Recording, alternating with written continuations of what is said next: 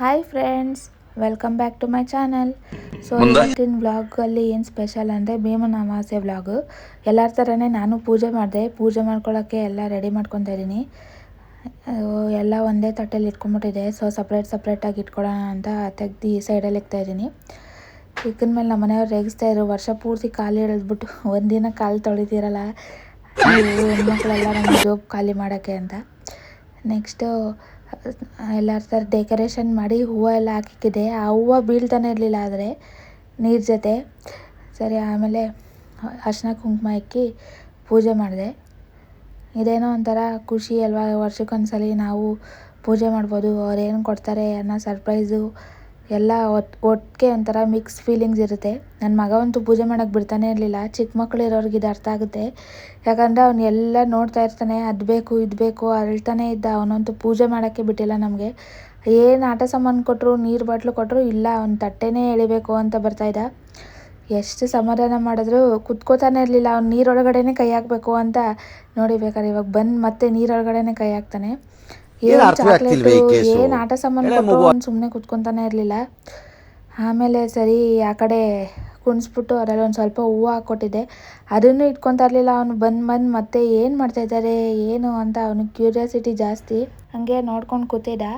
ಆಮೇಲೆ ನಾನು ಪೂಜೆ ಮಾಡ್ಬೇಕಾದ್ರೆ ನಮ್ಮ ಮನೆಯವರು ರೇಗಿಸ್ತಾಯಿದ್ರು, ಏನಂತ ಬೇಡ್ಕೋತಾ ಇದೆಯಾ ಹೇಳು ಅಂತ. ಆಮೇಲೆ ಪೂಜೆ ಎಲ್ಲ ಮಾಡಿ ಮಂಗಳಾರತಿ ಎಲ್ಲ ಬೆಳಗಿ ಮತ್ತೆ ತಿರ್ಗಾ ನೋಡಿ ಗಟ್ಟಿಗೆ ದೇವ್ರ ಹತ್ರ ಕೇಳ್ಕೊ ಏನೇನು ಬೇಕು ಅಂತ ಎಲ್ಲ. ವರ್ಷಕ್ಕೆ ಒಂದೇ ಸಲ ತಾನೇ ಪೂಜೆ ಮಾಡೋದು ಅಂತ ರೇಗಿಸ್ತಾಯಿದ್ರು. ಸರಿ ಆಯಿತು ಅಂದ್ಬಿಟ್ಟು ನಾನು ಒಂದು ಎಲ್ಲ ಕೇಳಿಕೊಂಡು ಆಮೇಲೆ ಆಶೀರ್ವಾದ ತೊಗೊತಾ ಇದ್ದೆ. ಅದೇ ವರ್ಷಕ್ಕೆ ಒಂದೇ ಸಲ ಬೀಳೋದು, ಅದನ್ನು ಕರೆಕ್ಟಾಗಿ ಬೀಳು ಹಂಗೆ ಹಿಂಗೆ ಅಂತ ಹೇಳ್ಕೊಂಡು ರೇಗಿಸ್ತಾಯಿದ್ರು. ಆಮೇಲೆ ನೆಕ್ಸ್ಟು ಅರಿಶಿನ ಕುಂಕುಮ ಇಕ್ಕಿ ಅಂತ ಅಂದರೆ ಅದೇನಕ್ಕೆ ಅದೇನು ಅಂತ ಎಲ್ಲ ಉಲ್ಟಪಲ್ಟ ಕ್ವಶನ್ ನನಗೆ ಕೇಳ್ತಾ ಇದ್ದಾರೆ. ಅದು ನಮಗೇನು ಗೊತ್ತಿಲ್ಲ. ಅದೇ ಪದ್ಧತಿ, ಅದು ಆಯುಷ್ ಜಾಸ್ತಿ ಆಗಲಿ, ಗಂಡನಿಗೆ ಭೀಮನ್ ಥರ ಶಕ್ತಿ ಸಿಗಲಿ ಅಂತ ಮಾಡ್ತಾರೆ ಈ ಪೂಜೆನ ಅಂತ ನಾನು ಇನ್ಸ್ಟಾಗ್ರಾಮ್ ರೀಲ್ಸಲ್ಲೆಲ್ಲ ನೋಡಿದೆ. ಅದೇ ನಿಜವಾಗ್ಲೂ ಹಿಂದೆಗಡೆ ಸಿಗ್ನಿಫಿಕೆನ್ಸ್ ಏನು ಅಂತ ಗೊತ್ತಿಲ್ಲ. ಬಟ್ ಸಂಪ್ರದಾಯ ಮಾಡಬೇಕು ಅಂತ ಮಾಡ್ತಾಯಿದ್ದೀವಿ. ನೆಕ್ಸ್ಟ್ ಸಿಂಧೂರೆಲ್ಲ ಇಕ್ಬಿಟ್ಟು ಆಮೇಲೆ ಕಂಕಣ ಕಟ್ಕೊಳ್ಳೋಣ ಅಂತ ಅಂದ್ಬಿಟ್ಟು ಕಟ್ತಾ ಇದ್ದೆ. ಅವ್ರದ್ದು ಬೆಳಗ್ಗೆಯಿಂದ ಡ್ಯೂಟಿ ಇತ್ತು. ಸೊ ನಾನು ಬಂದು ಪೂಜೆ ಮಾಡೋಷ್ಟೆಲ್ಲ ಸಾಯಂಕಾಲ ಆಗಿತ್ತು. ಡ್ಯೂಟಿ ಆರ್ಮಿಯಲ್ಲಿರೋರಿಗೆಲ್ಲ ಅರ್ಥ ಆಗುತ್ತೆ ಈ ಥರ ಸಿಚುಯೇಷನ್ನು. ಪಾಪ ಒಬ್ರೊಬ್ರಿಗಂತೂ ಪೂಜೆ ಮಾಡೋ ಅದೃಷ್ಟನೂ ಸಿಗೋಲ್ಲ. ವೀಡಿಯೋ ಕಾಲಲ್ಲೇ ಅರಿಶಿನ ಕುಂಕುಮ ಇಕ್ಬಿಟ್ಟು ಅವ್ರ ಕಾಲಿಗೆ ನಮಸ್ಕಾರ ಹಾಕೊತಾರೆ. ಬಟ್ ನಮ್ಗೆ ಆ ಥರ ಏನಾಗಿಲ್ಲ. ಬಟ್ ಬೆಳಗ್ಗೆ ಪೂಜೆ ಮಾಡೋಕ್ಕಾಗಿಲ್ಲ. ಸೊ ಸಾಯಂಕಾಲ ಮಾಡ್ತಾಯಿದ್ದೀನಿ. ಸರಿ, ಅವರು ಕಂಕಣ ಕಟ್ಟಬೇಕಾಗಿತ್ತು. ಎಲ್ಲ ಉಲ್ಟಾ ಸೀದಾ ಕಟ್ತಾರೆ. ಹಿಂಗಲ್ಲ ಹಂಗೆ ಕಟ್ಟೋದು, ಹಂಗಲ್ಲ ಹಿಂಗೆ ಕಟ್ಟೋದು ಅಂತ ಹೇಳ್ಕೊಂಡು ಕಟ್ತಾಯಿದ್ದಾರೆ. ಎಲ್ಲರಿಗೂ ಒಳ್ಳೇದಾಗಲಿ ಅಂತ ಕೈ ಮುಗಿತಿದ್ದಾರೆ. ನೆಕ್ಸ್ಟು ಆ್ಯಸ್ ಯೂಶ್ವಲ್ ಎಲ್ಲ ಹುಡುಗಿರ ಆಸೆ, ಏನು ತಂದಿದ್ದೀರಾ. ಅವರು ಪಾಪ ಏನೂ ತೊಗೊಂಬರೋಕ್ಕಾಗಿರಲಿಲ್ಲ ಡ್ಯೂಟಿ ಇದ್ದಿದ್ದರಿಂದ. ಅಂದರೂ 2 ಸಿಲ್ಕ್ ಚಾಕ್ಲೇಟು ಮತ್ತು ಸ್ವಲ್ಪ ಕ್ಯಾಶ್ ಕೊಟ್ಟರು. ಕ್ಯಾಶ್ನ ವೀಡಿಯೋಲಿ ತೋರಿಸಿಲ್ಲ.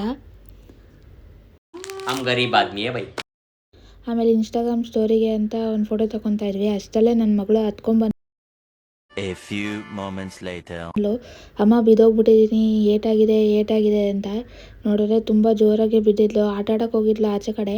ಸೊ ಇಲ್ಲಿ ಪೂಜೆ ಮಾಡ್ಬೇಕಾದ್ರೆ ಅವಳು ಆಟಾಡೋಕೆ ಹೋಗಿದ್ದಾಳಲ್ಲ, ಇನ್ನೇನು ಕರೆಯೋದು ಅಂತ ನಾವು ಸುಮ್ಮನಿದ್ರೆ ನೋಡಿದ್ರೆ ಬಿದ್ದುಬಿಟ್ಟು ಬಂದಿದ್ದಾಳೆ. ಜೋರಾಗಿ ಅಳ್ತಾ ಇದ್ಲು. ಪಾಪ ನಮಗೆ ಬೇಜಾರಾಗೋಯ್ತು, ಯಾಕಪ್ಪ ಹಿಂಗಾಯಿತು ಅಂತ.